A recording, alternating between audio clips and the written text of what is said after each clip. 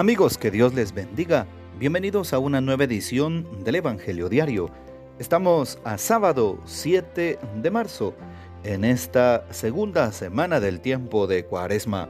Y en primer sábado de mes recordamos siempre al Inmaculado Corazón de María, los primeros viernes al Sagrado Corazón de Jesús, y que nuestros sacrificios, que nuestros padecimientos los ofrezcamos en reparación de su corazón amoroso. Sagrado Corazón de Jesús, en vos confío. Dulce Corazón de María, sed la salvación del alma mía. Amén. Y para hoy también recordamos en la liturgia las santas Perpetua y Felicidad mártires. Vivía Perpetua, una joven madre de 22 años. Escribió en prisión el diario de su arresto, de las visitas que recibía, de las visiones y de los sueños, y siguió escribiendo hasta la víspera del suplicio. Nos echaron a la cárcel, escribe, y quedé consternada, porque nunca me había encontrado en lugar tan oscuro. Apretujados, nos sentíamos sofocar por el calor, pues los soldados no tenían ninguna consideración con nosotros. Perpetua era una mujer de familia noble y había nacido en Cartago. Con ella fueron encarcelados Saturnino, Revocato, Secóndulo y Felicidad, que era una joven esclava de la familia de Perpetua, todos catecúmenos. A los 5 se unió su catequista Saturno, y gracias a él todos pudieron recibir el bautismo antes de ser echados a las fieras. Secóndulo murió de agotamiento antes del suplicio, y decapitados en el circo de Cartago el 7 de marzo del año 203. Felicidad estaba para dar a luz a su hijo y rezaba para que el parto llegara pronto para poder unirse a sus compañeros de martirio. Y así sucedió. El niño nació 2 días antes de la fecha establecida para el inhumano espectáculo en el circo. Fue un parto muy doloroso, y cuando un soldado comenzó a burlarse, «Entonces, ¿cómo te lamentarás cuando te estén destrozando las fieras?». Felicidad replicó llena de fe y de dignidad: «Ahora soy yo quien sufro. En cambio, lo que voy a padecer no lo padeceré yo, sino que lo sufrirá Jesús por mí».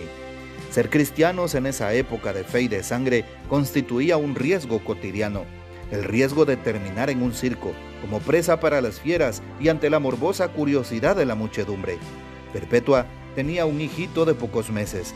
Su padre, que era pagano, le suplicaba, se humillaba, le recordaba sus deberes para con la tierna criatura. Bastaba una palabra de abjuración y ella regresaría a casa. Pero Perpetua, llorando, repetía: «No puedo, soy cristiana». Los recuerdos y los apuntes de Perpetua formaron un libro que se llama Pasio de Perpetua y Felicidad, que después contempló otra mano, tal vez la de Tertuliano, que narró cómo las 2 mujeres fueron echadas a una vaca muy brava, que las corneó bárbaramente antes de ser decapitadas. La frescura de esas páginas ha llenado de admiración y conmoción a enteras generaciones. Precisamente los hermanos en la fe fueron quienes les pidieron a Perpetua que escribiera esos apuntes para dejar a todos los cristianos por escrito un testimonio de edificación. Pidamos pues la poderosa intercesión de las santas Perpetua y Felicidad mártires. Y para hoy, sábado 7 de marzo, tomamos el texto bíblico del Evangelio según San Lucas, capítulo 15, versículos 1 al 3 y 11 al 32. En aquel tiempo se acercaban a Jesús los publicanos y los pecadores para escucharlo, por lo cual los fariseos y los escribas murmuraban entre sí: «Este recibe a los pecadores y come con ellos». Jesús les dijo entonces esta parábola: Un hombre tenía 2 hijos, y el menor de ellos le dijo a su padre: «Padre, dame la parte de la herencia que me toca». Y él les repartió los bienes. No muchos días después, el hijo menor, juntando todo lo suyo, se fue a un país lejano y allá derrochó su fortuna, viviendo de una manera disoluta. Después de malgastarlo todo, sobrevino en aquella región una gran hambre y él empezó a padecer necesidad. Entonces fue a pedirle trabajo a un habitante de aquel país, el cual lo mandó a sus campos a cuidar cerdos. Tenía ganas de hartarse con las bellotas que comían los cerdos, pero no lo dejaban que se las comiera. Se puso entonces a reflexionar y se dijo: «¿Cuántos trabajadores en casa de mi padre tienen pan de sobra? Y yo aquí me estoy muriendo de hambre. Me levantaré, volveré a mi padre y le diré: Padre, he pecado contra el cielo y contra ti. Ya no merezco llamarme hijo tuyo. Recíbeme como a uno de tus trabajadores». Enseguida se puso en camino hacia la casa de su padre. Estaba todavía lejos cuando su padre lo vio y se enterneció profundamente. Corrió hacia él y echándole los brazos al cuello lo cubrió de besos. El muchacho le dijo: «Padre, he pecado contra el cielo y contra ti. Ya no merezco llamarme hijo tuyo». Pero el padre les dijo a sus criados: «Pronto, traigan la túnica más rica y vístansela. Pónganle un anillo en el dedo y sandalias en los pies. Traigan el becerro gordo y mátenlo.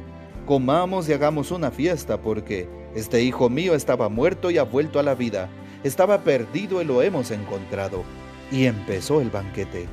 El hijo mayor estaba en el campo y al volver, cuando se acercó a la casa, oyó la música y los cantos. Entonces llamó a uno de los criados y le preguntó qué pasaba. Este le contestó: «Tu hermano ha regresado y tu padre mandó matar el becerro gordo por haberlo recobrado sano y salvo». El hermano mayor se enojó y no quería entrar. Salió entonces el padre y le rogó que entrara, pero él le replicó: «Hace tanto tiempo que te sirvo, sin desobedecer jamás una orden tuya, y tú no me has dado nunca ni un cabrito para comérmelo con mis amigos. Pero eso sí, viene ese hijo tuyo, que despilfarró tus bienes con malas mujeres, y tú mandas matar el becerro gordo». El padre repuso: «Hijo, tú siempre estás conmigo, y todo lo mío es tuyo. Pero era necesario hacer fiesta y regocijarnos, porque este hermano tuyo estaba muerto y ha vuelto a la vida. Estaba perdido y lo hemos encontrado». Palabra del Señor. Gloria a ti, Señor Jesús. Mis amigos, nos encontramos con esta parábola tan hermosa que refleja la misericordia de Dios. De hecho, San Lucas es el evangelista de la misericordia y nos damos cuenta hoy esa disyuntiva o ese juego de antónimos entre el pecado y la gracia. Sí, entre la obediencia y la desobediencia. La obediencia de un hijo, la desobediencia de otro. Y cómo Dios nuestro Padre tendrá siempre misericordia. Con un corazón abierto recibe a aquel que se arrepiente y que regresa a Él de corazón. Sale en su búsqueda, corre como el Padre misericordioso de la escena.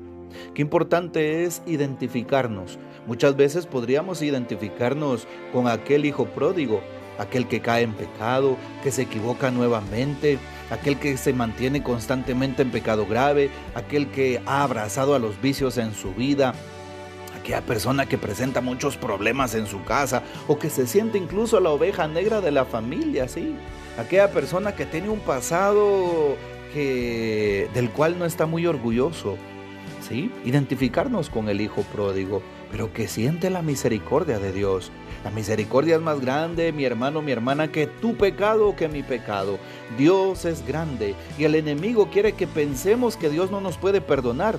El enemigo quiere que pensemos que no tenemos salvación. El enemigo quiere que pensemos que ya estamos condenados y no es cierto, no es así.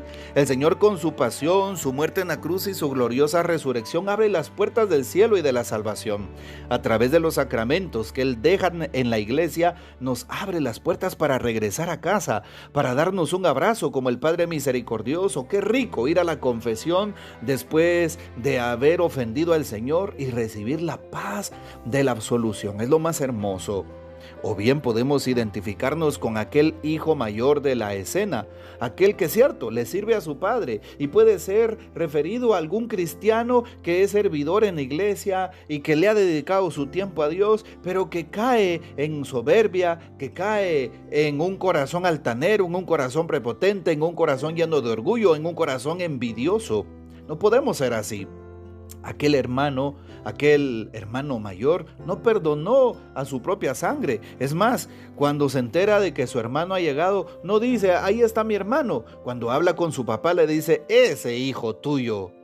Qué importante es amar al prójimo, qué importante es generar vínculos de amor y de unidad entre nosotros, de respeto en las diferencias. Y esto no viene sino de un encuentro con Dios y de la convicción del amor en el Evangelio. Bueno, pongamos en práctica el amor y que, así como el Señor tiene misericordia de mí, voy a tener misericordia del prójimo. ¿Cuántas veces queremos criticar al prójimo y lo señalamos sin darnos cuenta que el Señor nos ha perdonado tantas porquerías, tantos pecados, tantos vejámenes?